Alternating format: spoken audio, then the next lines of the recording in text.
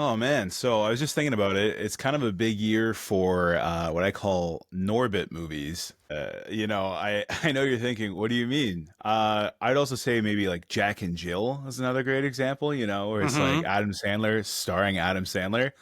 2025, we started with your favorite film of the year, The Monkey.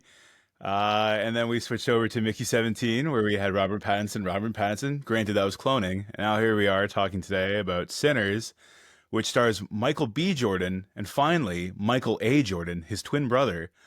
Uh, Long so awaited yeah, film debut. yeah, that was the top letterbox review for Sinners. I was glad to see Michael A. Jordan finally getting cast. Like, Good to so see him yeah, get some so work. exactly, exactly. So today, yeah, I guess we're gonna get into it and talk all about Sinners, and probably first we'll talk about a great Will Poulter joint to follow up Death of a Unicorn. We're going to talk about Warfare. Yeah, connecting the threads from one episode to another. Look at us go. Look at that. But you're pretty fresh out of the cinema today, so do you want Yeah. to start us off with some of your thoughts on Warfare? Yeah, I think, well, it's not a kind of movie you can really spoil, to be honest with you. There's moments, though, so I guess just to keep our theme of no spoilers off the top. Um, I liked it. I liked it more than I liked Civil War. It was a barely though. I don't really feel all that compelled to see it again or anything like that. My one thing I will say, before, because this is really all I have specific in the non-spoiler section, is if you want to see this and you're kind of interested, go see it in a theater. This is very much a movie where, like, I would say the sound design is the biggest standout for sure. And I Yeah, think, definitely. and I think, yeah, like your home setup, unless it's top of the line, is not going to give you the same experience. And I mean, like top of the line, like I have a decent setup here. I got a pretty long sound bar, two rears, a sub. I still would say, even with a setup like that, go see it in theaters. You're not going to be able to recreate that at For home the unless viewers you at have like a home, full setup. Shay's profession for a good chunk of time was literally selling the best technology, be it TVs, home sound, audio, like not even, sorry, not selling, Yeah, reviewing yeah, and as I say, rating them. So his whole thing was rating the quality of essentially home entertainment products and electronics. So his setup is technically excellent. And, I have like the 75-inch 4K TV upstairs with the soundbar, and he's like, what a trash setup. So he's yeah. the Did guy, you and set he says you can't do it. 75-inch TV that you spent under a grand? Like, wasn't it like $700? Yeah, yeah, it was like Oh, it was still a oh. Samsung. It was on sale, and I used my Samsungs Walmart are credit card. terrible, dude. I hate. I would never own a Samsung Well, the TV Samsung of sound any bars are pretty kind. good. I have an LG. I don't. I like sound bars are a different story. Maybe I don't know enough on that confidently, but Yeah. yeah, I would never get a Samsung TV. See, by living with my partner, and this is about to sound really red pill here. I don't want to derail our warfare comment too much, but women hate using more than one remote. And my big selling point with my Samsung was I was like, oh, sweet. Now I have one remote for both my soundbar and that. And before, I think I had even a cheaper RCA, did not work. And I've had Sony soundbars that just didn't interface. So I went all Samsung thinking that's the move with the QLED, not the OLED, but the QLED. Anyhow, And let's yeah, not if derail. you I know yeah, we I can know do a you hate whole what I'm saying. episode on your proper home setup. We'll keep Yeah, that one in the we'll pocket instead for of the doing theater future. etiquette and movie review, we'll actually do like a big TV show deep dive and home setup. I think that's due maybe next April Fools. But yeah, I to hop on what you're saying though, unspoilery, the best jump scare in any movie I've seen this year was in Warfare. Yep, I I agree. straight up jumped out of my seat. The I whole, was but so yeah, tense. Yeah, it's a pressure cooker movie, especially that first half. And yeah, the tension leaving my body, like my soul left my body, somewhere around like, I don't know, 30, 40 minutes in. Maybe later. Anyways, really good movie. If you're into war movies, you'll like this. If you're not a war movie person and you're an A24 person, there's a bit of a difference. You might hate this. I went to see this with my war movie friend. We watched some of the most just like machismo things. We're seeing Accountant 2 next week for the pod. He's my hell guy for yeah. those. And yeah, he apparently went and saw it twice after because he just loved the sound design. Did Okay. not want to go see Drop with me. Did not want to go see Sinners right out of the gate, but he wanted to see Warfare twice before I like anything else. So he recommended it. I recommended it. If you like Civil War, also, I think that leans more A24. Then you might not like this one as much, even though it's Alex Garland. I think this is a much more standard war movie. Um, yeah, without spoiling it too, I found a bit of a gripe to people saying like, uh, "This is an anti-war movie." I don't believe it, and I feel like if you are used to like Black Hawk Down, this is a lot more reserved. I guess without spoiling anything, I think that's probably all I can say. Yeah, I think that's enough on the spoiler free stuff. Again, there's really not much to give away here, in that sense. But like I said, if you are interested, I definitely still would say don't come back and watch after, because we're gonna give away and talk about that moment that Brandon said, and it, like I said, it was one of the most effective jump scares, not only of the year that I've seen ever. Like, it really, really works so well. And I think to jump into it in a bit more detail, it's weird. I mean, there's a few thoughts on this, but the one that stands out to me was I read a lot of reviews after the fact, of course, and there was a lot of projection onto this movie that I find tiring a little bit. And also in the same, like, there was a similar thing in Civil War where there was people that wanted it to be more political, less political, or whatever. Like, there was all these kinds of controversies attached onto it, which, to be fair, it opened itself up to. Yeah, You can't host, this, call your movie Civil War, place it in America at the current time, and not draw those parallels. So totally like understand why. But my grief with that was, I'm like, you pick such a political landscape and then you make it almost apolitical, in my opinion, and like intentionally try to obfuscate who's bad guys and good guys, even if you draw some parallels and whatever. I don't want to make this a Civil War conversation, but this is stripped of all of that. This, to me, it's almost weird to call it, like, obviously it is a war movie, but like it's not at all like something like Saving Private Ryan. It is not like even close, I would say. And I don't mean in terms of quality, like Saving Private Ryan is a great movie. It just, like, as a concept, like, this to me is more of like a technical showcase, frankly, than anything else. And that's not to take away from the performances, because there's some very solid acting in this too. But like, it is such, like, now that we're in the spoiler territory, it is literally about these guys, these soldiers in Iraq. And it's a retelling, we should say that. It's based on memory of the soldiers that were there. And they basically kind of recreate this story of them trying to get out of a house. And that is a and great that way to summarize that. Is people trying to get out of a house. it's literally like, that's It's not what a it horror is. movie, but it's people trying to leave a house against their will, and the best jump scare of the year. But Yeah. yeah.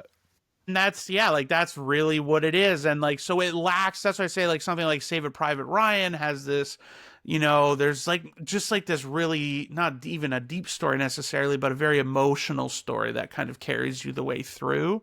And this really kind of lacks that, but it is like a wildly impressive, again, to me, in the same way I thought Civil War was, technically, was a really impressive experience that way. And I do just want to shout out too, before I pass it off to you, the opening scene like had me giggling a little bit, because I Oh was yeah. like, I recognized the song, and then just having all these guys like hanging out together watching the music video of that song, which I definitely watched when I was a kid back then. So like, I instantly recognized it, and I thought that was a great way, actually, to kick things off and show these people in the only real normal situation we're going to see them in for the whole movie, and just getting a little bit of energy and vibes, and like understanding that. And then cut to nighttime, they enter this house, then we get morning, and then it's basically 90 minutes of them trying to get rescued out of there, basically. Try not to die challenge, nearly impossible. Yeah. But yeah, I think to what you said, the way they opened it really humanizes the characters in this movie, especially in a post The Substance world, where It's like the music video with Sue. It's just butt cheeks popping and unitards, and it's like what was it 2000? Yeah, 2005, 2006 Iraq Yeah. war. Everyone's in not foxhole, but like they're on a military base, groove into this video. All these guys are all horned up. Cut to them, clearing the streets in Iraq. And as they're doing it, the only like a real bit of levity we get is like they look at each other across the road. And they're giving all these military hand signs, and the two of the guys are like doing like a boogie kind of thing. And you're Yeah. like, these guys must not hate each other. Hoorah, brother! With that hoorah comment, we saw fucking The Working Man. I'm still not over it, and they have a bunch of forced military friendship in that. This movie gives you a little bit more. So, but the point to this is, yeah, opens it really well, and then I want to say nothing happens for like a good chunk of this movie, like a good 30 minutes, but that's the point, and it does effectively start building tension. One of the main characters who is like basically the guy who is pivotal to the retelling of this, I think it's his memory, as well as a few of the other guys, but he was like the first guy they showed in the real life photos after. He's the guy in the sniper at the very start, and him on the table looking into this thing, it looks uncomfortable. My shoulders felt tense. Like if you work like even like any blue collar job, holding a drill above your head's hard. If this guy's on the table with a sniper, no binoculars, everyone's like ready to go, and I could feel the tension building. And like sure enough, it's just like you're looking through a sniper scope for probably like if an AI could just process how much sniper scope footage is, it's probably like 6 to 10% of the whole movie, just waiting and watching and seeing guys going in our houses, look over there, call, and then when it does pop off, you don't expect it. The sniper hole that everyone's been looking through, and you're kind of touching in with everybody, waiting for things to go down. A grenade goes through that sniper hole, goes off. That's not even the jump scare. And then they're just trying to get their Yeah. shit together. They're hiding out in this house. They storm this house. They isolate this family. They knock down a wall. They're like essentially posted up, ready to operate on what they think could be like an insurgents or like a gathering of terrorists, basically. But they get made, and next thing you know, the whole terrorist regime is now on their position for the rest of the movie, and they're calling in air supplies or shows of force where they. Hmm. You see, that's the trailer shot that like actually is so good in IMAX. When he dusts the strip, like he basically flies over the houses super low. He does like the Top Gun like ping the Buzz the tower thing. tower. Yeah, Yeah. and just the Mach 1 cloud shockwave. So yeah, really good. Again, the sound design when the grenade goes off and this happened, like this is actually one of my gripes. A bunch of explosions, all pretty effective, but like Saving Private Ryan, which kind of revolutionized like the sound editing of like grenade goes off, everyone's kind of like deaf, and the audience, all you hear is like "Ee," and like a tinnitusy reverberation, and all the talking's muffled. uh it happens a lot, and after a while you're like, I get it, they're fucked, they're traumatized, let's get to the next scene where somebody takes charge. But it is interesting because the way the audio mix is, whoever was closer to the grenade, based on what you saw, their hearing was a little different. And when they cut to their perspectives, you see them slowly regaining their ability to kind of like snap back in and lock in because now it's go time. Um, and yeah, I think it's really effective. Like the newbie shines, everyone shines really. Yeah, Will Poulter's in this, not nearly as funny as Death of a Unicorn, but that's the At point all. at all. He yeah, I don't know. I feel like I've been rambling. You tell me some highlights. What'd you like? What'd you dislike? I think my biggest dislike was it started to drag with how many times they get blown up, and it just goes ee, and you're like, okay, get to the next scene. I Um, I didn't feel, I guess, that rush, yeah, or necessarily the desire to move forward that way. Like I feel like for me, the thing, it's like nothing specific, I guess, because it's all about intent, I would say, but like it just didn't have the kind of, there's no story.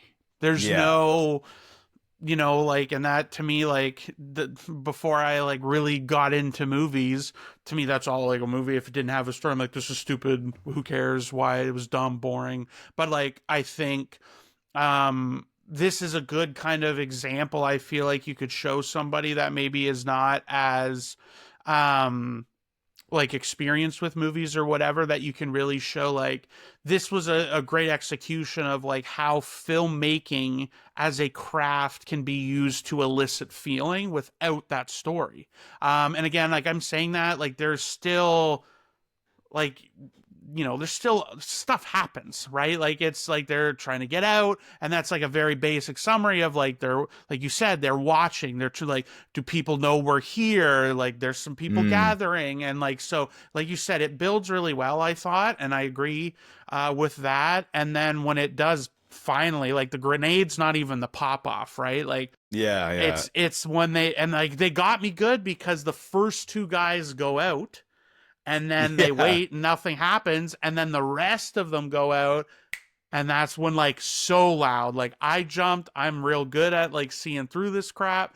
Yeah. Got me so like even if I was prepared, which like I'm kind of half prepared, I feel like, but it was just so loud. And I don't mean like just like it works. Like we just were in the middle of an explosion. To be People's leg, fair, one guy got split in half, for Christ's sake, so it wasn't yeah, like to be a fair, I small one. think to what you're talking about, like the filmmaking versus the story, like, and I hate saying this and like, tip my glasses up and say this is style over substance, but very much the reason why you jump back and I jump back is because the tension's been ratcheting up, and For a what while. if you haven't seen the movie. You are now like shit's hit the fan, and shit's been hitting the fan straight now for 20 minutes. Even just getting their backpacks on to leave the house, like it was intense. They're like double checking. A grenade went off, and you're like, "Hey, where's your pack out? Leave. Where's your M16?" They're like, "Oh shit, like you're missing this," and like it becomes like an exercise in leadership. And I want to come back to that with the Will Poulter character because again, story wise, not much, but it's these characters and these real life people. And it's more of again, glasses up, a character study of these real life men in this hard situation. And it's really again enjoyable seeing everybody kind of struggle in their own way or overcome. And I mean, you need the overcoming. There really isn't much of like a hero's victory here. Again, that's why I do think it is definitely an anti-war movie. The body count is abysmal. It's like 2.5, and I think one of the terror soldiers could have survived if he like you see one guy drop from a bullet, but there's like 1,000 bullets fired in this movie, so it's more about IEDs, which again is a big thing with the Iraq War. But the reason why you jump, it's not just because they get blown up. It's like 20 minutes of intense, Yeah. like just treading water, trying not to die, and they finally get the frogman, the ground support, the tank that rolls in. The tank gate lowers, and they're like, "Okay, go, go, go, get on." And the tank's down, and I don't know if I'm just like I'm so traumatized myself, but it looks like it's down and fine, and they're walking onto the back of it, and then massive explosion, like they walked on some sort of like improvised, explosive device, an IED. Yeah. They say IED, but I'm like they must be like in a rocket or something because they were down and they were there, and it just explodes like crazy. And you think, okay, they're finally getting out of there, they're finally going. Some like the comedy in this movie, I guess, because I heard people kind of like laugh again, more like the pressure cooker, people like wincing laughing to let some of that pressure out. Was when it's like, okay, yeah, you're going to get these like you're going to get these guys in the van and come back to the house that's been under fire for the last 35 minutes straight, and they're like, what? We can't just all get in the van? We can't all go? You know what I mean? Yeah. Because it happens twice. The giant army tank comes back to pick up the injured guys from the first time they tried to escape. And at that point, they're told, like, yeah, get your injured out, but you got to hold down that position. And they're not holding it down well. They have the other company, like, is it like Bravo Company or Alpha Company, one of the other companies. Bad with actors' names. There's a bunch of good ones in this, but the standout to me is it's Reggie from Riverdale. He's like the buff Asian guy. He's the other captain. There's Will Poulter, who's our main guy. He kind of starts falling apart by the end. The first grenade, he's probably the furthest from, and he starts telling people, "Oh, that grenade really shook me up." To the guys who are like in the room, have like blown irises, like they're Yeah. concussed as shit, and they're holding it down, locked in. And Will Poulter, the commander, is just kind of like, "Gee, war sure as hell," and everyone's like, "Shut the fuck up!" By the end of it, because you realize he's like taking too many like thinking moments, and they have to have the Riverdale guy just like pretend to be him, call in another air support show for us, do all the moves, be the man on campus. Because a lot of this movie kind of is like breaking down the essentially the willpower to keep fighting. And Mhm. yeah, you see Will Poulter's character lose it while the rest of the guys lock it down the whole movie. But yeah, fantastic. Yeah, and I think like I want to kind of pivot to like away from the technical stuff for a little bit and the performances because again those were good and I feel like you got enough out of each like character, Definitely. that like yeah, this is definitely like an experience for them, and it's not like that lacks in that way, but again, it's like the through needle. There's no big goal really, like we don't even like, we know they were there to like cover a different mission or something like that, or cover a different Yeah. company, Get and intel and yeah, and yeah. then like it all just so like there's nothing like main thing like when it's done, mission accomplished, like we did it and it cost us this, like it lacks all of that. But I want to talk about the conversation around it a bit more, because I Sure. think like, first of all, anyone that watches this and doesn't think this is obviously anti-war, just like, and I mean anti-war in like a base sense, not even like anti-Iraq war or anything else, which I also think it evidently was, but like this is not a Call of Duty mission Yeah. that you're like, oh, this was sick, this is bros being dudes. They show that at the beginning to kind of, because that's, like it's a stereotype, I guess, but Yeah. it's not one for no reason. And they show you that at the very beginning, and then put these guys in the shit, and you see kind of like I mean, it's horrific, it's scary. Like that's one thing that to me makes this like obviously anti-war, is like it doesn't glorify and like John Wick's not a war movie, but like that kind of like makes violence like cool and awesome.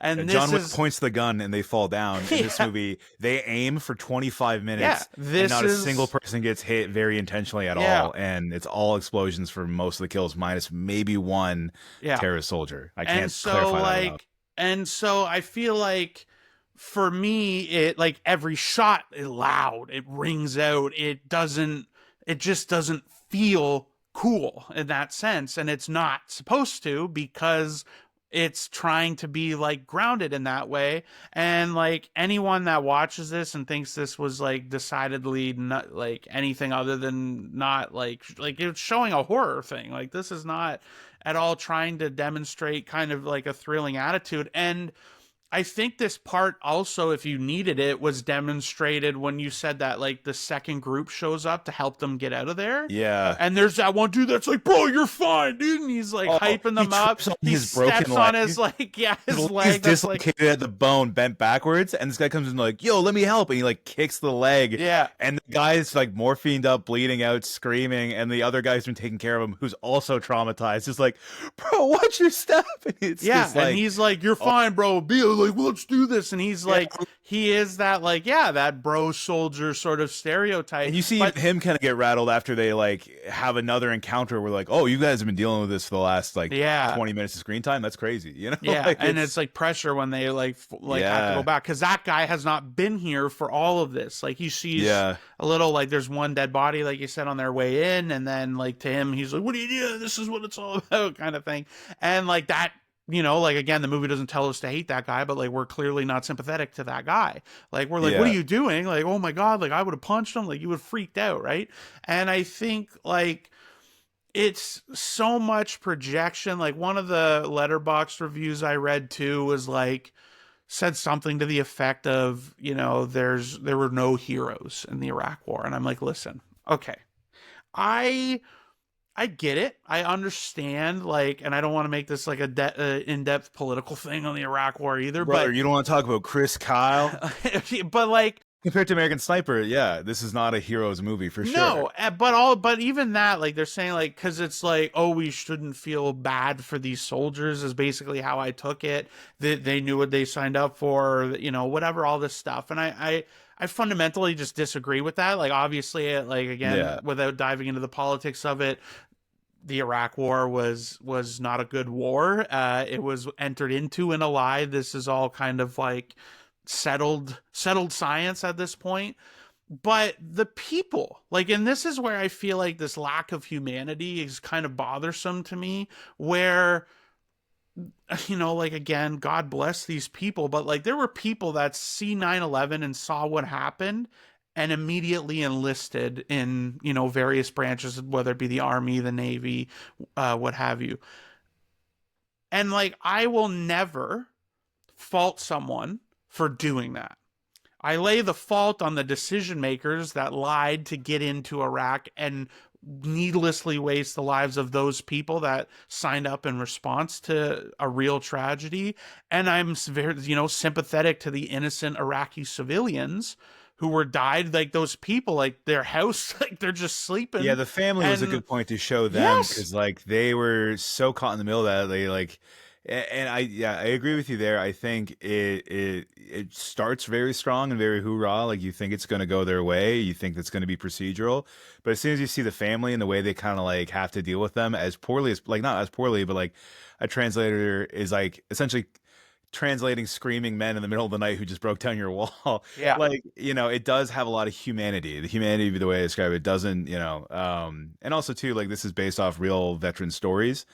There's so many lines in this where it's like a guy will say something like, "Oh, you've been living in that room all day?" And he's like, "Yeah." He's like, "Must be nice." And you think they're setting something up. Is that some sort of thematic dialogue? Are they jealous of each other? No, I'm pretty sure the guys who gave their testimony said like, "Oh, that dick," said like, "Oh, it must be nice," and they put it in the movie. hmm There's if this was a scripted war movie and it was scripted as like, again, like more like a Black Hawk Down where it's like, and then John Wayne rolls in and the Apache and blows all the terrorists away and they get their boys home. It is a somber movie. Any movie that leaves you feeling this somber and shook up and tense is like, yeah, you shouldn't be saying it's a pro-war movie because it shows military people being efficient, especially when it's essentially torture porn for like 45 minutes. Like, when I was saying to you earlier about, oh, just stop traumatizing them, get to some sort of conclusion here. I wasn't rushing. It was actually genuinely tugging on the nervousness I was starting to yeah, feel because after you become hopeless by the third or fourth IED grenade or explosive or rocket launcher, yeah, and you can see the boys who are already fucked up being like in slow mo, looking around for their gun, bullets flying. You're like, geez, do it one more time, and I'm out of patience, man. Like, yeah, just get the boys home or kill them. Like, I was waiting for a bit more resolution because you sweating it. So yeah. but I Fries agree your with you nerves. there. I completely agree with you as far as like, again, the divide where there's a lot of people who are like wanting, a less apolitical movie out of Civil War, which again did set itself up with a movie like Warfare. It's a very generic title for a movie about essentially a generic conflict during that time period. And yeah, like the message is like war is hell, and you can't find a war movie that doesn't have that theme or that message. You can't find one. Like, do you watch Full Metal Jacket and go, I don't know if war is a good thing? You know what I mean? You don't watch Yeah, Apocalypse Now and go, war is good. Yeah, you know what I mean? Like, there's moments where you find camaraderie, like in the shits. This movie does lack that. Once they get into the shit, it kind of very quickly becomes a procedural, like, we're gonna die. Let's like man up, figure it out. Like the best sympathy you get is don't kick that guy's broken leg that's bent off backwards. That's the yeah. most Barely sympathetic character. attached.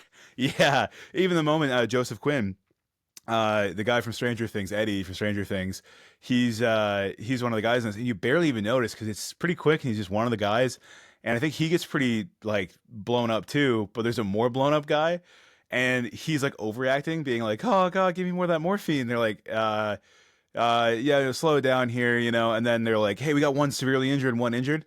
He goes, oh, I'm severely injured. He goes, no, no, not you. It's like you're only missing maybe one leg, maybe some a torn rotator cuff, but the other guy is like so gruesome. I thought he was dead, and he's like the real life guy that lives. So yeah, yeah, definitely again, anybody that's saying this movie is like pro war or whatever, honestly, probably has never seen a war movie and just got into movies and is 20 and is like, I love A24. I loved Opus. I don't know. And then they showed up to this. I think, like, but even to be more pointed about the specific conflict, like, like the last, like, well, other than like the credits, like, one of the last shots is of that family.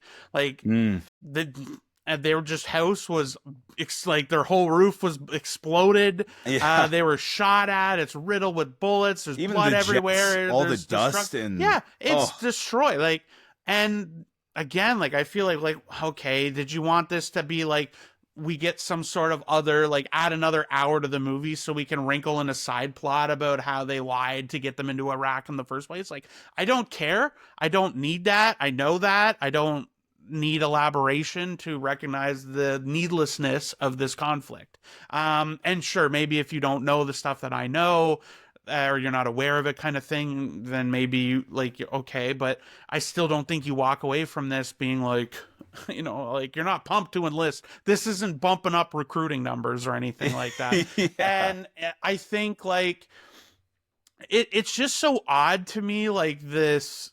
And I want to maybe make this my kind of closing bit about this, is that Alex Garland with these movies I find so odd, in terms of, like, this one to me was more pure. Like, I kind of get what he was going for, and it's not meant to, like, be a Yeah. relitigation of the Iraq War. It's just a story, a moment done technically well, and again, like, I think effective for what it was trying to be. Um, but, like, yeah, there's this.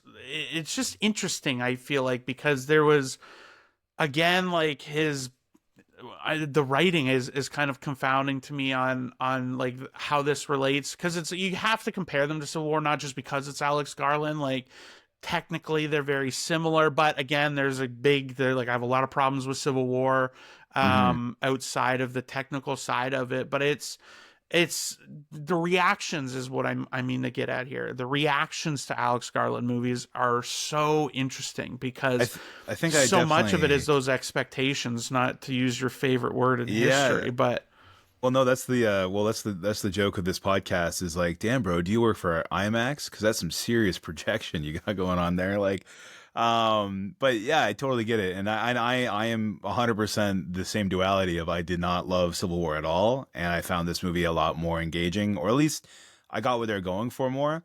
And I know it's like on a first look basis, you go, oh, yeah, it's like you're a bro, you're not gonna love the nuance of Civil War. I don't like Civil War because I'm a photographer. I actually could not stand seeing Kirsten Dunst work a camera until some, little girl film camera enthusiast in the middle of what essentially is like the end of America, do a little road trip journey. I think sorry, I'm getting lost. The characters are just insufferable to me. They personally did something that I find really annoying. If you ever watch Tremors, while the credits are opening credit crawls happening, Kevin Bacon's nailing a fence post with a nail. Like, he's not hammering the fence post into the ground. He's putting a nail into a fence post, just missing every swing. And it felt like that watching like her go over there. I'm so traumatized. I hate photography. See my sandbags? Take a photo of that down Blackhawk. Yeah, good shot, kid. You shoot film? That's pretty cool. I was absolutely cringing out of my goddamn mind because I know people like that shoot weddings. Um, so I didn't like Civil War because the characters specifically, but I thought the journalism aspect was a great way to actually do that topic.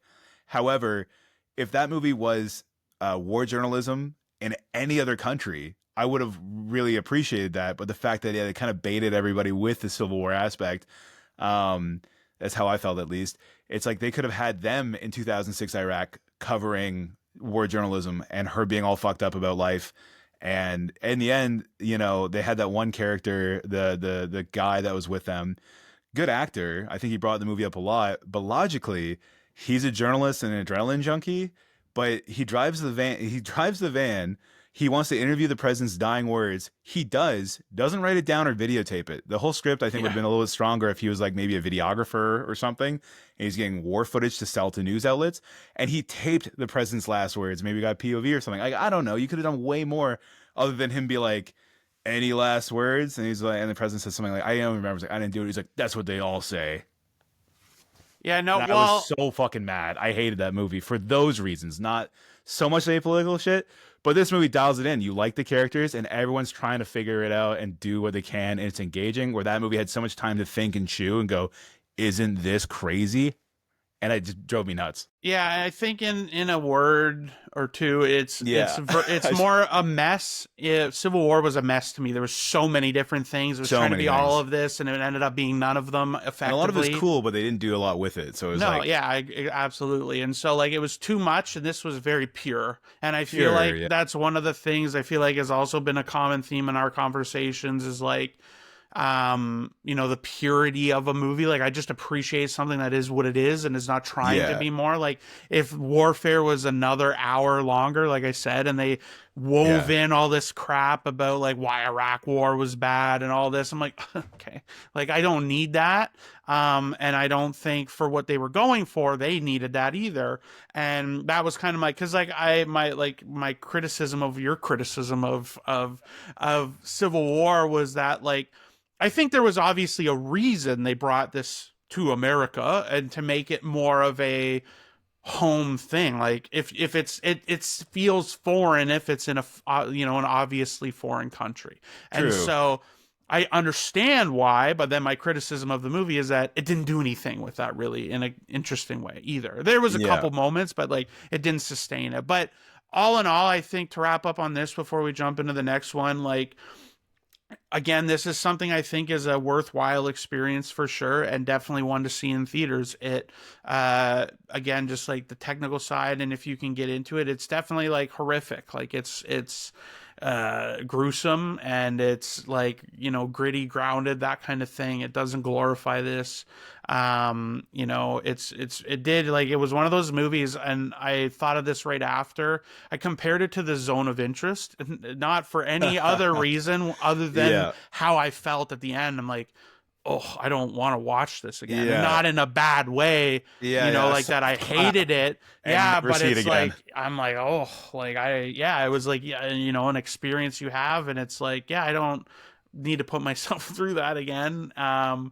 But yeah, that's kind of my I final still bit can't on believe my that. buddy saw it twice in the same week. He was so Yeah, that's jazzed. wild Yeah, move for he's a me. real I war don't. nut, and I was like, kudos to you, man. But I was like on the podcast. I want to say like how stressed out I felt, and I felt like what great filmmaking. But yeah, I don't know if I would recommend it to a casual film goer because it is either a war guy movie or a filmmaker movie. But if you're going to recommend this to like your mom or girlfriend, there's no way, and that's apparent in the marketing. But yeah, I agree. Speaking of purity and IMAX, I think this is a great time to talk about our next run here, which is Sinners by Ryan Coogler. Mhm. Going into this, we posted on our social media being like, is 70 millimeter worth it? And part of me wanted to say, is Ryan Coogler worth it? Because you look at the filmography. Yeah, it was Fruitvale Station was like his indie movie. Then he immediately landed Black Panther, Black Panther 2, and Creed.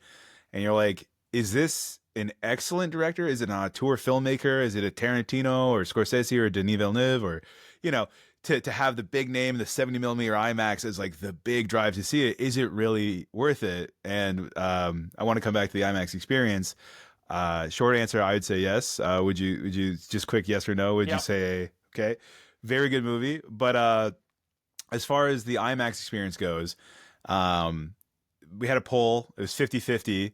To be fair, I'm a certified hater because I was going in like, I don't know if it's worth it. And we had a few certified haters that I love in our community that said it wasn't worth it. And I appreciate them so much because going to this theater experience, seeing in 70 millimeter, I had the purest experience in the theater.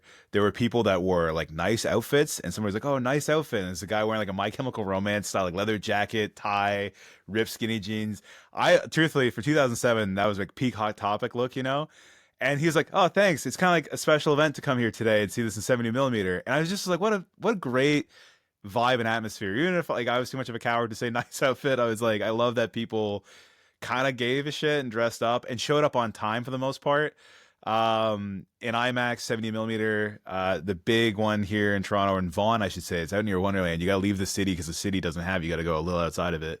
Um, yeah, it was a packed theater. Everybody was mostly on time. The show starts right on time. It was 4:01 when I saw the opening titles of the movie. Sorry, yeah, 4:01, and it was a 4 p.m. showing. People showed up at 4:30 and they saw the 300 plus people in the audience and were like so concerned. You could see their eyes drop when they're like, we've missed 30 minutes and we're seated like G19 up in the middle back row. So yeah, Zero great sympathy for theater. those people, though. Zero sympathy, and it felt good because typically you and I, when we saw movies together, we'd see somebody walking in at 7:45 for like the 7:10 show, and I'd look at my watch and we go 35 minutes late. That's cool, and they would have missed nothing. They were still playing that Yeah. like Menopause commercial. So, but the point is, on top of that, I know I'm ranting, but the IMAX experience for people was amazing. One more anecdote: there's a dude that looked like he would never wear deodorant, like very much. Like, and I say this with love because we all know these people, we all see these people. And I saw his hair was a bit damp, and I could smell a faint bit of Old Spice, not too much cologne, but just a little bit of Old Spice. And I was like, wow, people who don't typically shower for work have showered and deodorized themselves to go see this movie in a crowded theater on a holiday weekend. And I was like, this is a sign from the heavens that this is the perfect screening experience. And I truly had the perfect screening experience. But the 70 millimeter thing, I think was a bit wasted on this movie, if I'm being honest. But it was a great experience, and I love the movie. So I find let's that talk about it. interesting because this one Yeah, plays around with the framing a lot. But yeah, just yeah. on a non spoiler level, I wholeheartedly endorse this. This was Yes. the kind of movie I want to love. Like it is original. It like it's not IP driven crap. It was given to a director that has demonstrated some skill, but again has been caught in the slop department a little bit for me with like the MCU of it all. Yeah. But like I Very liked commercial. Creed, like I thought that was good. So like I had a little bit of expectation that I was hopeful that this would be good. And I definitely think it was. I definitely recommend you go into it. I would assume you're on the same way because I want to jump right into this without Yeah, yeah. dancing around. Yeah, 100% same wavelength. I wasn't sure if you had seen my letterbox review, realizing, oh yeah, we're friends. Okay, my letterbox review is because so many of these were like the type of movie that makes you want to love movies. 4.5 stars. So I saw a bunch like that, like excellent, excellent, 4.5 stars, and I think my thing was 5 stars. You're a coward if you don't. Like because it's just like, and when you talk about the bell curve on Letterboxd all the time, and it's like I think there's a lot of film people out there that are trying not to give it a full 5 star or like give it a full pass. And movies I gave a full 5 stars are like Lord of the Rings and Top Gun Maverick, probably. Like I'm trying to think of other 5 stars.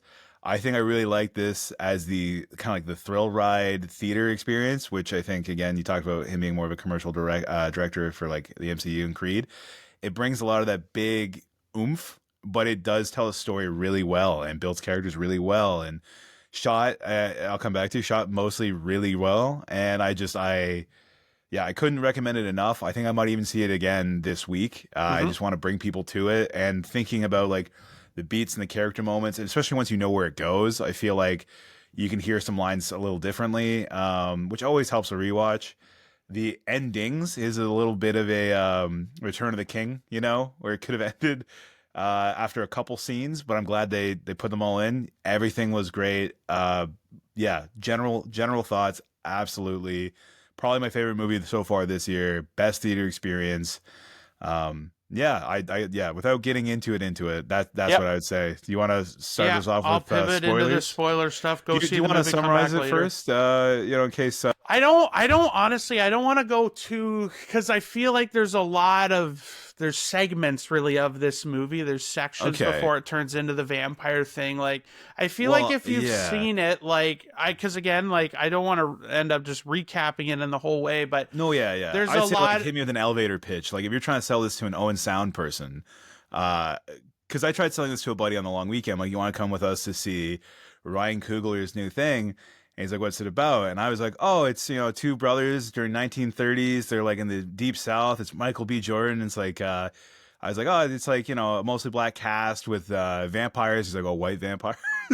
I was like, well, yeah, but and his immediate take was like, well, I don't know. It seems like it's gonna be one of those things where it might be like a little bit woke Hollywood. And he's like, that's cool, dude. You tell me if it's good. And I came out saying this is one of the best movies all year. And at no point in there's like Klansmen in this, and I was like, oh, that was really trying to message me. I think even with Freaky Tales, I was like, oh, again, they're beating up neo Nazis in a fun way, but I was like, I don't know if that can endorse a whole movie that is just like racism's bad. This movie does so much. But yeah, for a general summary, I fumbled it trying to get my friend to go. And now that I've seen it, I would say it's two brothers returning home, trying to essentially set themselves up and their community up um, to have a good time, to start a new life, and to essentially use the evilness within them to do good. And that's a huge theme in this movie is like using evil the right way. And music. Oh my God, the power of music and the music in this movie, again, without spoiling. I know we're Oh, spoiling territory yeah, we're now. dive in. The music's probably the best part of this whole movie, in my opinion. Like, I think it was shot well, but the music is just impossible to beat. It's that Ludwig guy. He was from Tenet. He was Yeah, from Ludwig Göransson. the Nolan movie we just saw. Oppenheimer just saw like 2 years ago almost. But yeah, absolutely. Very Dusk Till Dawn vibes with like the very like operatic rock music that weaves its way in tastefully, which doesn't like those don't usually go together too well. Like the shredding guitar solos Well, they're stabbing vampires in the dusk of like dusk till dawn, like literally at the dawn. I was so bricked up at the end of this movie. The last 45 minutes, I was like nail biting excited. Every scene, I was sober as could be because I had to drive 40 minutes to see this, and I was absolutely firing all cylinders. Like it had two standing ovations. People, because it ends like twice basically. People got up, and then the mid credits clapped, and then the final credits, like the post credits, is just like to spoil it a bit, it's just a musical performance by one of the actors who's phenomenal. And then a few people were clapping, but it was like everyone was leaving at that point because they're like, and everybody on the way was like, "That guy was really good. Who is that guy? I want to go listen to his music." I'm like, "You probably won't. I don't know." But yeah, phenomenal. Oh my god, I lost the plot, but yeah, big glaze on Yeah, this I movie. think to give the very condensed version, it's like, yeah, the two brothers move back home and they create base, what it was it called? There was like A the juke yeah, but I is a can't remember juke. the name, but they had like juke something. But Yeah, but on their sign. But anyway, they start basically kind of like an old school club sort of vibe. And it's for soul music and yeah, blues, outside of Mississippi, so really to like near all the plantations and stuff. It's way outside of any like sort of industrial or you know, city area. which is where they Um, grew up, and they go to the plantations to get everyone to come out. yeah. And yeah, And it's I think, crazy. and then yes, then vampires show up, and that takes a turn. And I think About an the hour in, they show up yeah, and like that's halfway where through. like it really, yeah, it was interesting because like there's a lot of things that I feel like in lesser hands wouldn't have worked, and they worked for me on this. And particularly like, yeah, the build, like you're really like engaged. I never felt like wandering at that beginning, like even though I know vampires are coming, just purely because I know what the movie you know, on a base level is about.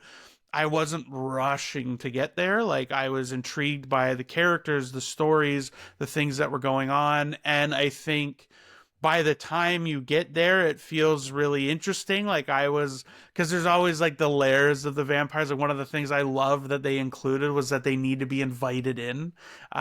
Yeah, that And creates like, some of the best scenes in the whole movie. Like just and the that's one thing premise. that a lot of vampire stuff just like glosses over or Totally. ignores as part of the Dude, like lore. Twilight for sure. Like the dude just comes through her window. It's romantic, but sure, you got to invite him in, Bella. Come on. And so yeah, like the tension where they're like I mean, we the audience know that this guy's a vampire, but they're not quite sure at this point. Like, are these vampire? But like, I shot the girl, she ran And right out of and we here. don't know some of the time when there's a guy that's like standing in the doorway, or like when the girl's standing in the doorway. At first, you're like, "Oh, it's kind of weird," and then you kind of get it, like it's pretty hinted at, and then obviously, Well, and even the way they integrated the like invite us in part when the three of them first show up, yes, because like and that we is know that that's them, well, but and also it's just much more natural to do, I feel like, in that moment where it's yeah, like it becomes, you know, like there are three white people showing up to this new club that is only there's only one white person in it, and even then she's only partially white.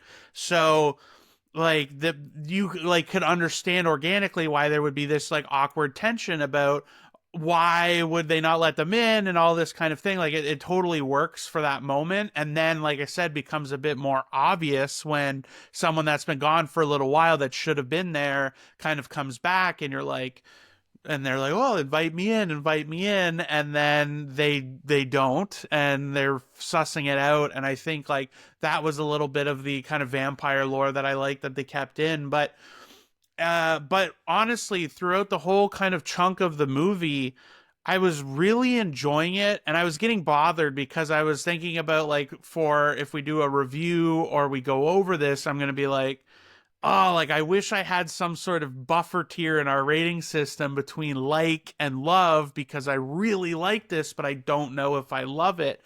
And then by the end, I guess if you were referring to like Return of the King, the third ending where where he's older and it's like not modern day, but it's closer, like yeah. more recent.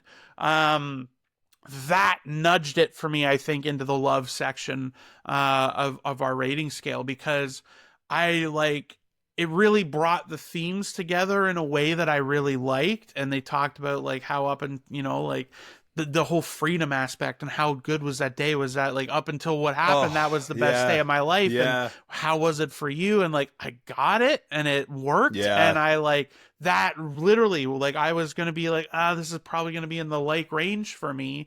And that I'm like, oh, like it just left you with this really satisfying feeling. And Just to touch on that really quick, yeah, because go like ahead. I was kind of lampooning Coogler earlier, being like the Black Panther guy. How good could this be? Because Black Panther's not bad, and what really nudged, like, not to sound like an MCU stand, but what really nudged the first Black Panther movie up for me was Michael B. Jordan. Yeah. Specifically in that movie, his dying words was like, "I'd rather die a free man than live in bondage," and he fucking dies, and you're like, dude, that's pretty hard. That, like, Yeah. and this whole movie is that energy, and that like last little bit. It's not. It's similar energy, but it also does hit you with like a very good definitive like closing line. When you think they're back to get him, and he's had a great life, and they actually just kind of like bro out a little bit, and then they almost feel sorry for him that he's going to die because they essentially, and like there's so much to get lost in this. I almost wish this was the whole episode, but um, everybody kind of gets what they want in a very like macabre way. When Stack, it's Stack, Yeah. the red brother. When Stack, Smokestack twins, Smoke is the blue brother, Red is Stack, the red brother. So Smoke and Stack. So Stack is he wants his essentially the hometown girl, the girl that fell in love with, but he explains somewhere in the middle of the movie like we can't be together. The KKK is basically still around. We live in plantation places during or just after around in Prohibition. Like shit's tough for a black man then, still is. We can't get together. So he's like, have a life without me. And kind of like Old Yeller, like go on, get like just or Lassie, one of the ones where it's like he kind of gives the Definitely cold not shoulder Old 'cause he Yeller. Old knows. Yeller is way The different. Yeller, yeah, yeah. So better. I gotta get more clippable and less ranty. So Michael B. Jordan as Stack kind of gets what he wants because the girl that he said he couldn't be with because he felt like the times weren't right, by becoming a vampire with her, they basically get to live to a point in time where it's more acceptable to be together, and they can't really be killed, really, by the average person or hate crime, and they're strong enough to fight hate, which is the theme. Um, and yeah, so they get to live kind of a happy life as vampires, even though they do kind of set up vampires as like they have souls, but they're trapped and disconnected from like the afterlife and their family. So they get to live the life that they wanted or deserved, even as vampires. And they see Sammy. So like there's a huge amount of like closure that I felt Yeah. like, not like it was missing, but like you said, tipped it right over the edge. And I thought it was really lovely that they offer Sammy to be a vampire, not out of greed to get his soul music, but legitimately just to keep him alive because they miss him. And he's like, it was the best night of my life up until the sun went down and the vampires came. And then he doesn't even ask him, but then he goes, "It was mine too. It was the last day I saw my brother, and it was the last time I saw the sun." And like I was like, "Oh God, that hit way harder than I thought it should have," And Yeah. yeah, it really landed for me. And My yeah, only like nitpick with that too was and maybe on a rewatch I'll have a better idea, but it was kind of yeah, unclear to me like the agency that they had, like the yeah, vampires, because like, oh, we're gonna kill you all, and it was like they became immediate. Like when you turn, you're not just Shay and all of a sudden a vampire. yeah, You're like zany. You're doing this to other people. Like you're mad, whatever. yeah. And so that like I felt was somewhat in conflict, but like again, it didn't bother me. It was just more of like on my way back home thinking about it a little bit longer, but.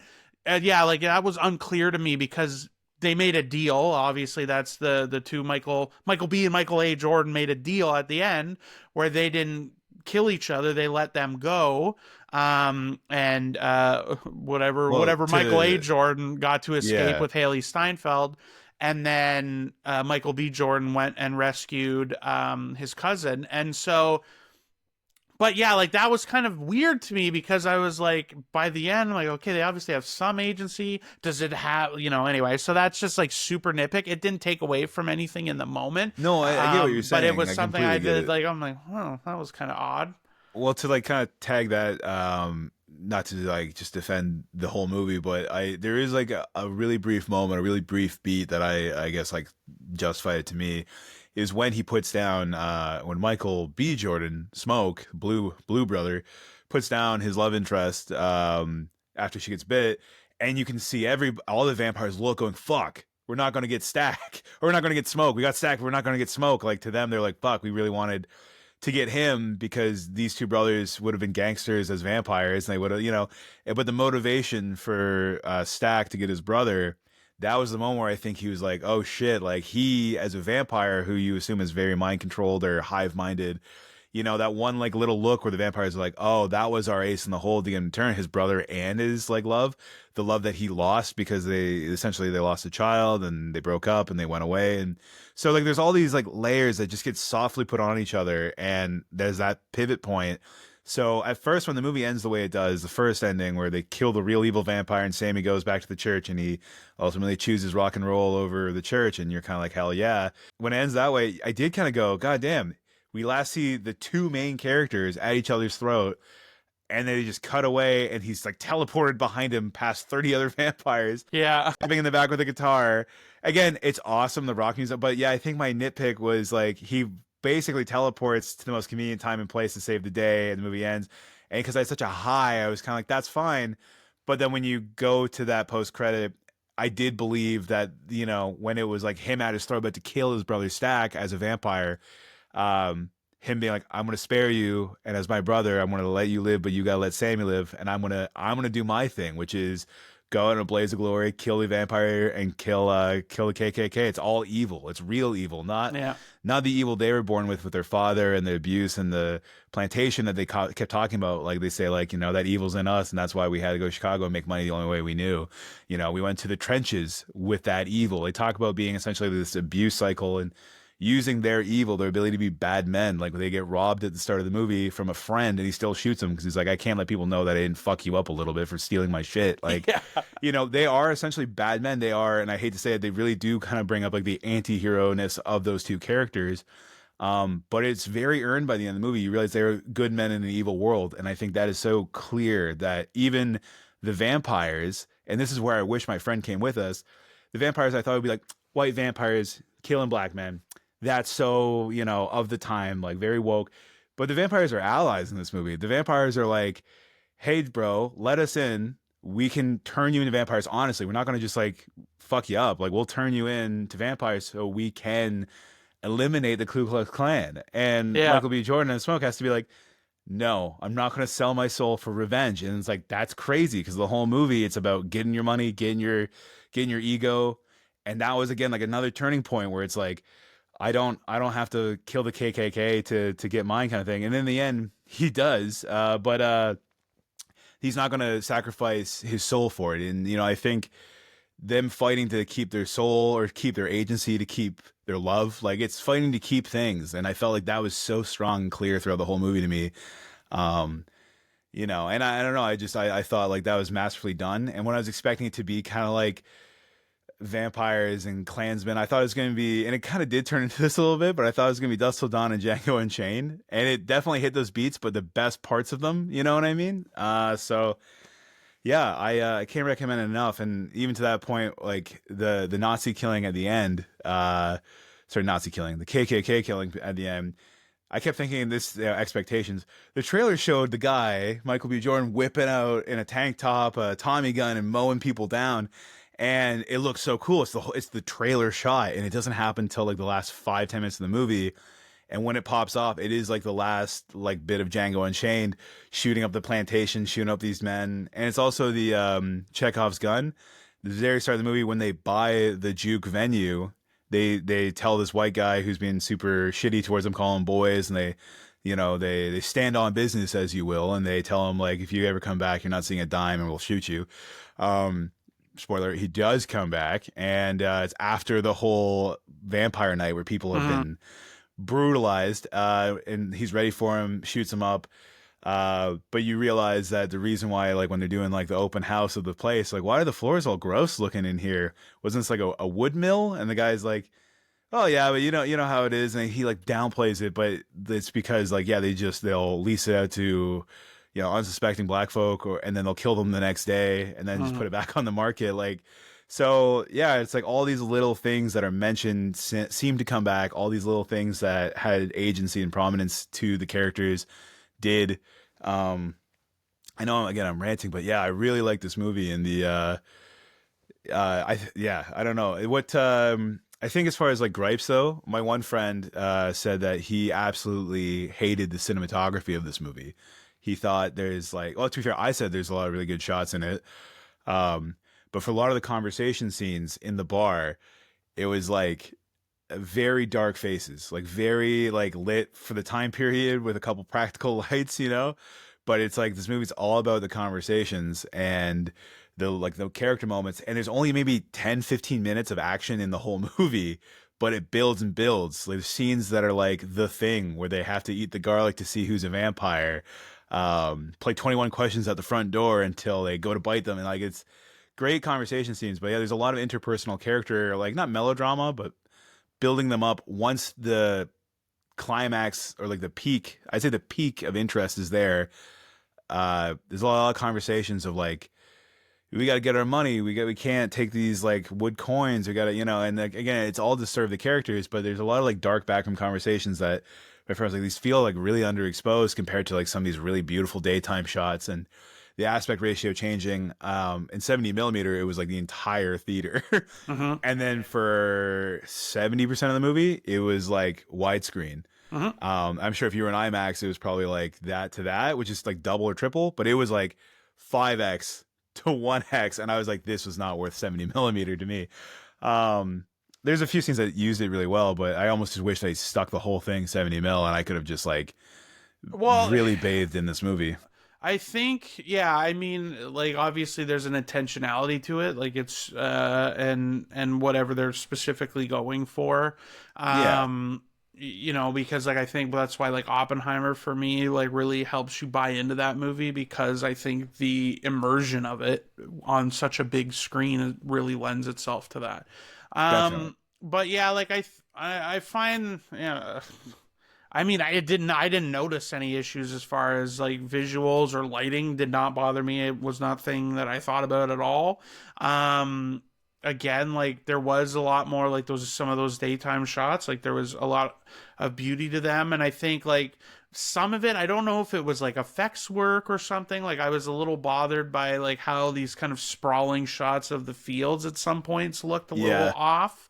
But like I yeah. glanced like it didn't it It's didn't take nitpicks for me, sure. yeah, it didn't take me out. And I think for the visual moments where it like hits are way more consistent, and like the highs are high and the lows, if there were again like any that I noticed, at least felt very minimal.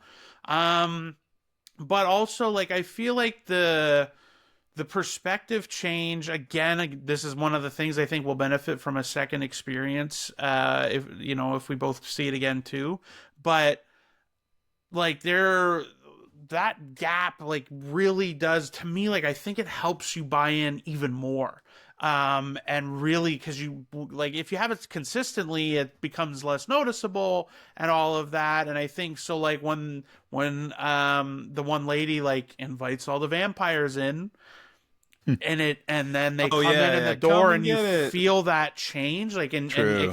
like that is a moment. And like it's funny because I shit on the Dune Screen X version because they do Yeah. something similar, but it made me roll my eyes. And it was Screen X when is exactly what I thought about. I thought it I made hate 70 mil feel gimmicky because Screen X feels so gimmicky. That would be like really shitty stretched out sides, then nothing stretched out But sides. again, to me, the difference is the intentionality here. Intentionality. So I know what he you mean. One's an clearly do it, afterthought. and they shoot it to fit that. Yeah, The yeah. scene that I'm thinking of, because I don't know if you saw Dune and Screen X or not, but I did it when I did like all the different versions. And it's when he rides the worm, and it's as he's pacing across the dune and the worm's coming up, it like widens the screen, and it Yeah. looks like shit because the projectors on the walls are way shittier than the main Way projector. The worse. Yeah. colors are off, like it sucked. And it made me roll my eyes because then I'm Yeah. feeling the gimmick overtake the movie, where this to me completely works because it's the movie doing it and it's meant to do that. And so like, and I feel like I felt that. That wasn't just like a like in the moment I'm thinking about that, I'm like, I literally like Yeah, when it happened and sort of like rolled my eyes at Dune. But when this happened, I'm like, I lean forward. I'm like, oh yeah, shit, here we go. And yeah. that to me is like, I can't explain that because I wasn't that in my head in either way. It's just the natural feeling. And that's where I think the craft of filmmaking is different. And because the only thing different really for me there was not expectations. I didn't know this was going to happen that way, but my immediate feeling was like, again, lean forward versus roll my eyes. And I think that really is the difference here. And like, I was so happy. First of all, I like, this is kind of my closing bit on this, was how successful this movie has been this weekend. Hmm. Like it for an original, like I believe the stat you said, because I looked it up because I wanted to make sure we were accurate with Yeah, it, my stats was are usually wrong, so I'm glad you fact checked. I double checked, but it is like the highest grossing original like movie of Non this IP decade. Yeah. of And this decade is so important because it was yeah, as us of in 2019 that had like a yeah. $70 million opening weekend, and this has a $45 million opening weekend. But yeah, it's been 6 years since we've had a non-original IP gross that much Well, on an opening Nope weekend. actually was the more recent version. But did it gross that much on the opening weekend? Well, of the decade, it beat out Nope. Nope was, I think, the leader before this one because 2019 is not in the decade, brother. Oh no, I mean like 2020 forward, like the decade of 2020. Oh, you mean like in the Well, last you 10 just years said that total? Us came out in 2019. Yeah, yeah. The So us. 2020 forward, Nope came out after Us, right? That's Yeah, the yeah. Alien one. That was the one this one beat. That was the record it This beat. this beat Nope. Okay, Yeah, because yeah, yeah, yeah. I thought it said Us in 2019 has $70 million debut because it's the follow up to. I don't know where you're looking at stats, brother. That might be true, but that's not of the decade. So the one Hey, of the editor, can you decade. put it up on the screen, editor? I Yeah. screenshot this earlier because I was like, Well, I'm again, always maybe wrong. what you're saying is true, but it's not of the Sure, decade because but let's Nope, get back I to this. specifically Yeah, looked it the up. But spirit of it is it's doing well. It's original yes, IP. It's been a and while since we've had that. yeah, like I think an original thing that isn't just because someone else I saw a tweet that made me laugh because it showed it had four movie posters and pictures, and there was Sinners, and then there was Companion, Novocaine, and Drop.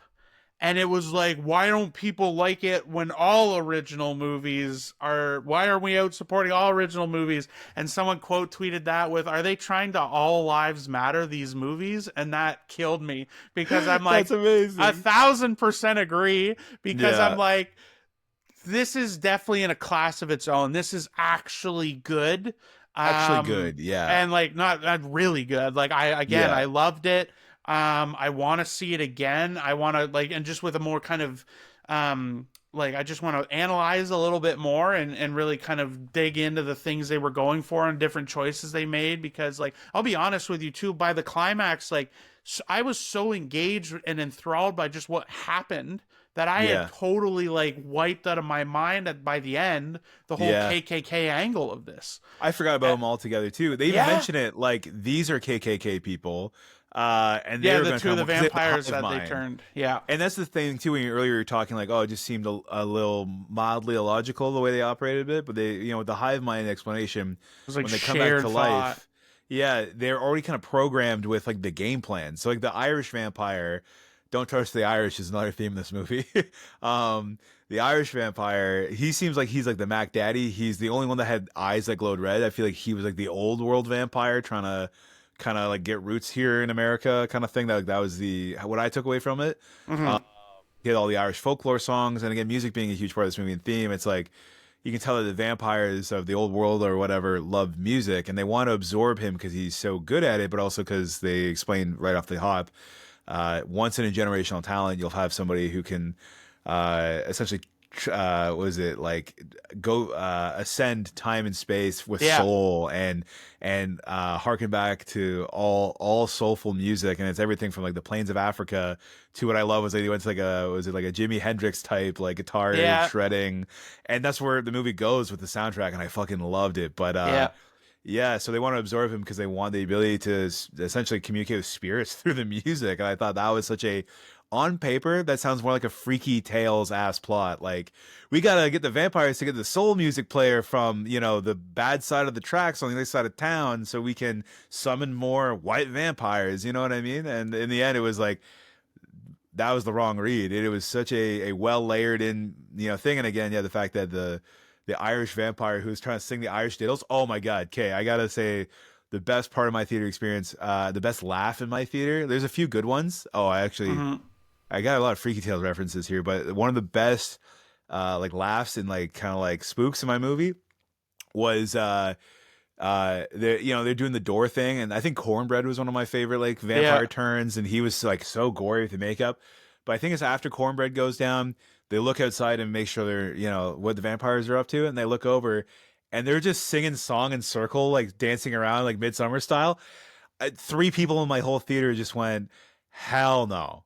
Hell no. Like they were like, oh no, like the whole theater went, oh no, like goosebumps because everyone was just so like that is the most terrifying thing in this movie full of like Yeah. horror and vampires. It was like the kind of funny midsummer dance around the vampire circle off on the horizon from the barn. Yeah. And the characters see it and they go, oh shit. And they just show them like skip de doo, and everyone's like, hell no. Like, and all the like green eyes, again, pretty tastefully creepy. And yeah, like the pivot from, again, this very soulful, deep South, like essentially music, bringing the community together story to Dusk Till Dawn vampire shootout was very Dusk Till Dawn, where it goes from like a crime thriller, and in a way this is kind of a crime thriller where they rob the Irish and Italian mob, and they go back home with their money to essentially like clean it and make a venue, a business, make their lives good. They're looking over their shoulder for the Irish and Italian mob, but in the end, yeah, it was this Irish vampire, and I like how they introduce him running from like the Comanches are like the natives of the area, who know what he is, like an ancient Yeah. evil, and he stumbles upon the KKK to be like, protect me from those savages, and sure enough, he appeals to their evil to let him in, and he also immediately does away with them, and then later, yeah, he tries to appeal to the goodness and it's again, I like that angle that it wasn't just like KKK's vampires. It was a completely separate entity that was even like made a lot of sense. And that's why, again, when Michael A. Jordan Stack gets to have his happy ever after as a vampire, at the end too, my favorite wardrobe was probably, he's got the Stack like Yeah. money clip hand finger rings, and he's got that like sweater. Dude, I absolutely love that. Like, especially after a whole movie of like really good wardrobe, that was like just A plus. So Yeah. yeah, I can't recommend this movie enough. I almost wish I wish you started with this and just said screw Warfare, because Warfare was good, but like I need to tell people that the Iraq War is bad. I need to tell people that Sinners was so good. You know what I mean? Like, No, I think uh, I think we've conveyed that, and I think like, well, again, hopefully anyone that's listening has seen the movie before they listen to our spoiler conversation, because it definitely is worth watching. And like, yeah, I'm gonna go again. I want to see this again. I want to support it. It's the kind of movie I want to be supporting, and like I'm so again relieved. Like this is a bright spot. This is yeah. thankfully something good. And when I feel like constantly I'm just like beaten down by headlines of depressing movie news in terms of the industry itself, this is definitely a high point for us that we don't get very often. Well, And especially because when you were saying earlier the all lives matterification of like original film yeah, failing, I was listening to a conversation about that exact thing, and Opus got brought up, and you and I differ a lot on Opus. I hated it, and it like made two of its $10 million back, which is a huge bomb. mhm, Where the companion that I really liked bombed technically by just breaking even. So it is kind of funny because like a good independent movie, if it's lucky, can make its budget back and not be a total failure.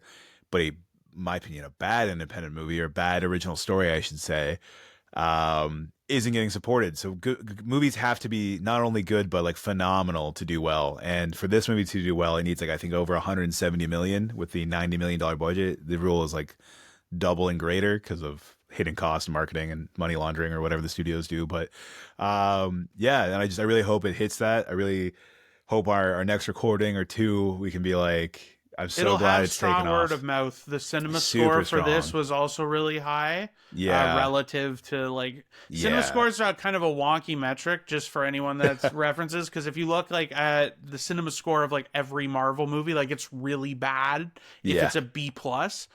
Cinema score is only taken from audiences that go like opening night, basically. So obviously the audiences that see an MCU movie opening night, that's like a built-in audience that generally likes those movies no matter what.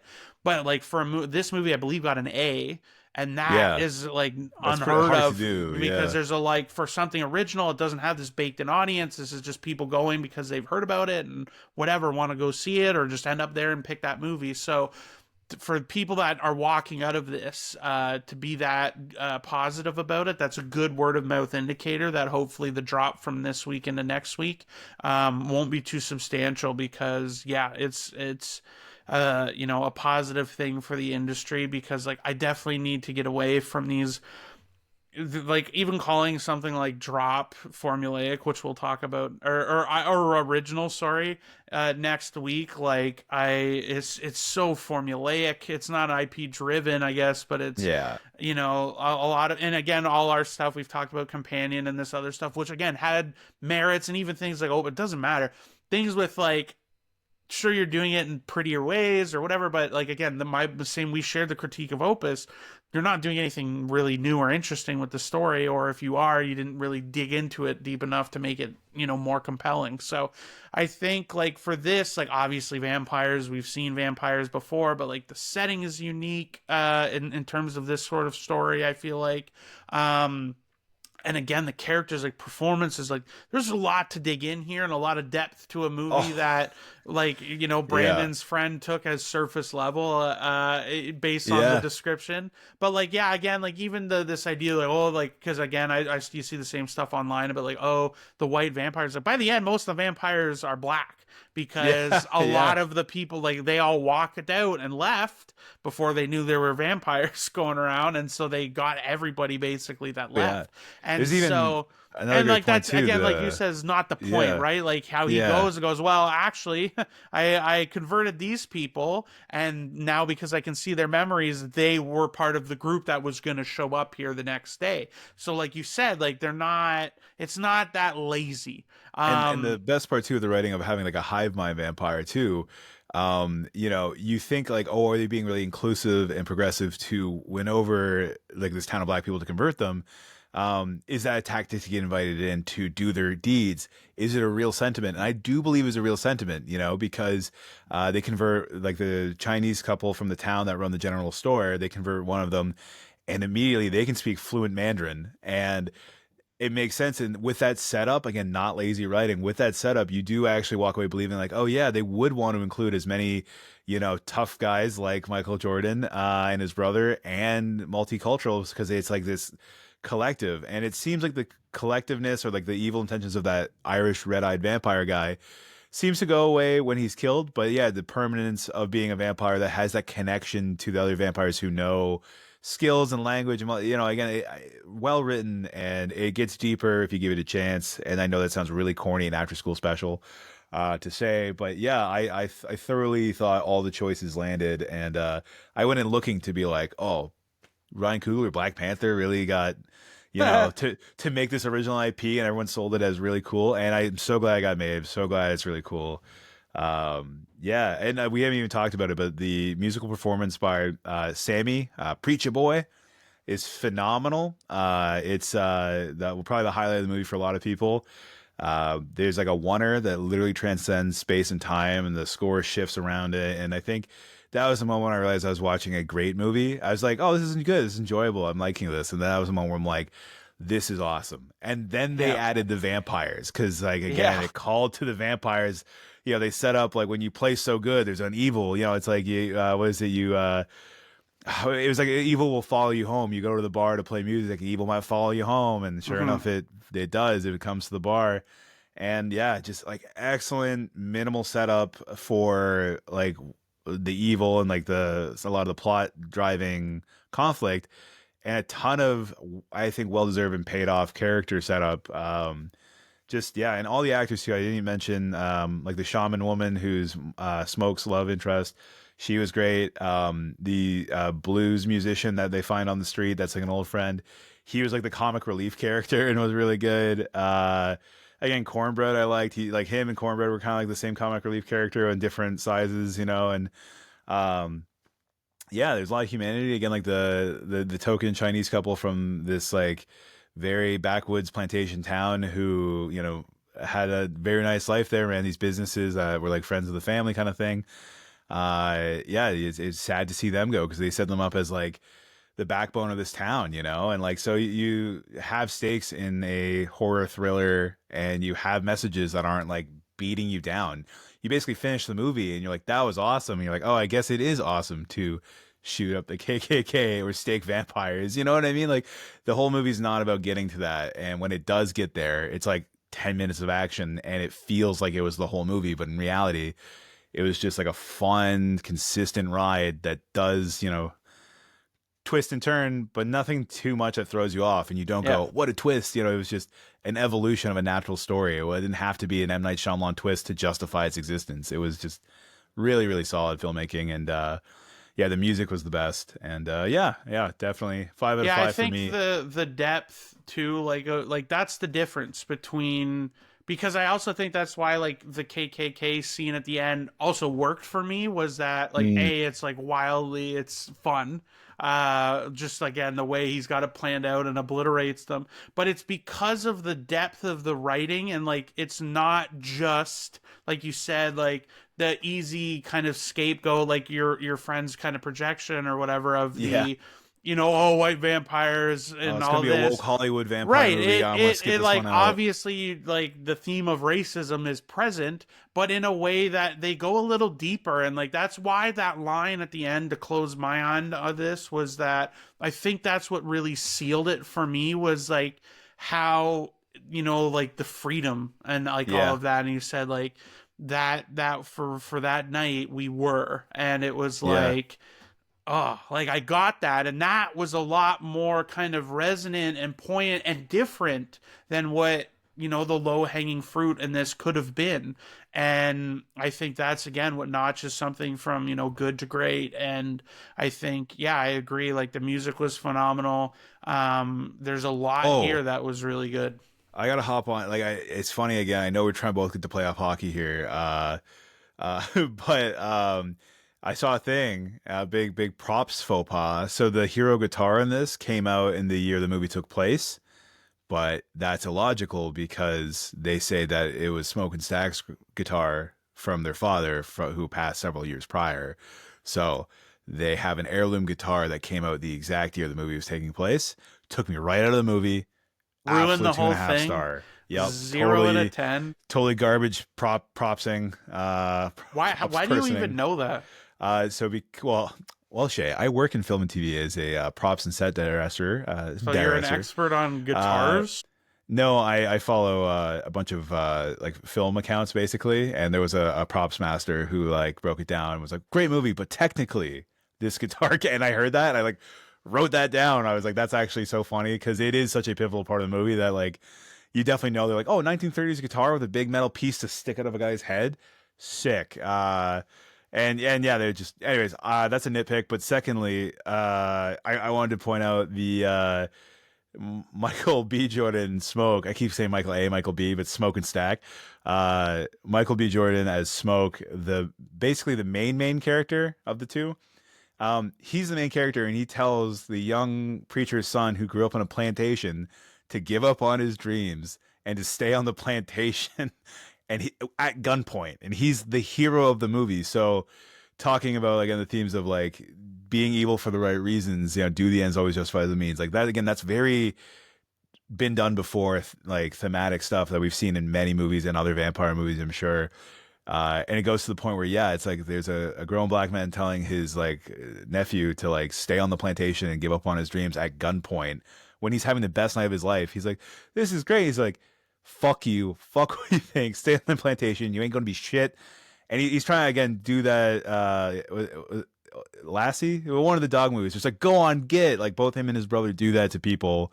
But yeah, what movie do you have the main hero tell a young child to give up on their dreams and go stay on the plantation, and they're still the hero? You know what I mean? Like the movie layers things in, and there's, so much growth and so much time dedicated to making these really 3D characters that you can have that moment and you understand because you don't want him to follow the same path of ending up as a boozer blues musician in the city when he could have had a family and a life in the town that he grew up in. And Yeah. yeah, it's just yeah, so well rounded. And yeah, I think I have other jokes and stuff, but I think the movie's just so solid. I don't want to ruin it with any other commentary. Yeah, I think I was just gonna say on that whole bit about the jokes and stuff. I thought was really interesting because I saw because I did two movies today, so I saw the Thunderbolts trailer twice. And just like I get so eye rolly at like bit quips, like witty lines or attempts at them as like the source of comedy and stuff. And so just to have it so organic was Yeah, like, oh my God, just semi decent writing. And this is better than that, but like just yeah, to yeah, see a yeah. little bit of like effort in it, it notches it over. And I think like, yeah, a wholehearted endorsement from all of us. I will say you're going to hate the fact because you're like, oh, give it a 5, you cowards. I'm definitely giving it a 4 or 5, I think is going to be my final. The All right, only well, we'll give it more reason than a like on the the likeometer. yeah, it's well that will be in the love category, and that's Yeah, actually why I thank think it you. nudges it for me is only because I didn't get there till the very end. Yeah, Where like for something to get like the full 5, I need to be in that same kind of wavelength a little bit more. Like I said, I yeah. really liked it. I really like I was so close, but then like at the end it really put it over the top. And so yeah, I I'm think glad. I'm really glad you said that because yeah, like I was saying with the musical performance, I was at the 5 and I was waiting for it to fall off, and then it didn't, and that ending really made me feel good about it. And I was worried that I was just like Kugler pilled, and after that musical scene in the middle, after they did all this building, all this like everything was hitting.